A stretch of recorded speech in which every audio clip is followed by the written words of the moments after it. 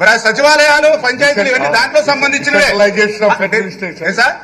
Decentralisation of administration అదే sir పంచాయతీలన్నీ అదే మీరేం చెప్పండి అది కాదు కదా సార్ మేము చెప్పేది.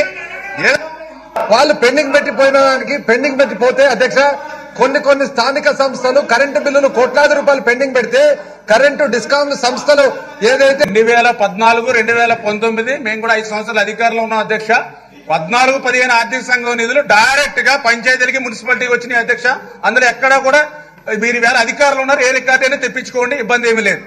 ఈ ప్రభుత్వం అధికారంలోకి వచ్చిన తర్వాత గత 2 సంవత్సరాల నుంచి చిల్లి గవ్వ పంచాయతీలకు అందక ఈవేళ సర్పంచులు మీ మీడియాలో కూడా వస్తూ ఉన్నాయి.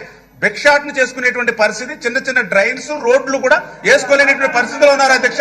ఈవేళ ఫేవర్స్ జ్వరాలు వస్తే కనీసం శానిటేషన్ చేసుకోవడానికి బ్లీచింగ్ కూడా లేదు, డ్రింకింగ్ వాటర్ చేసుకోవడానికి కనీసం డబ్బులు కూడా లేనటువంటి పరిస్థితులు. అంటే నేను ఎందుకు అడుగుతున్నానంటే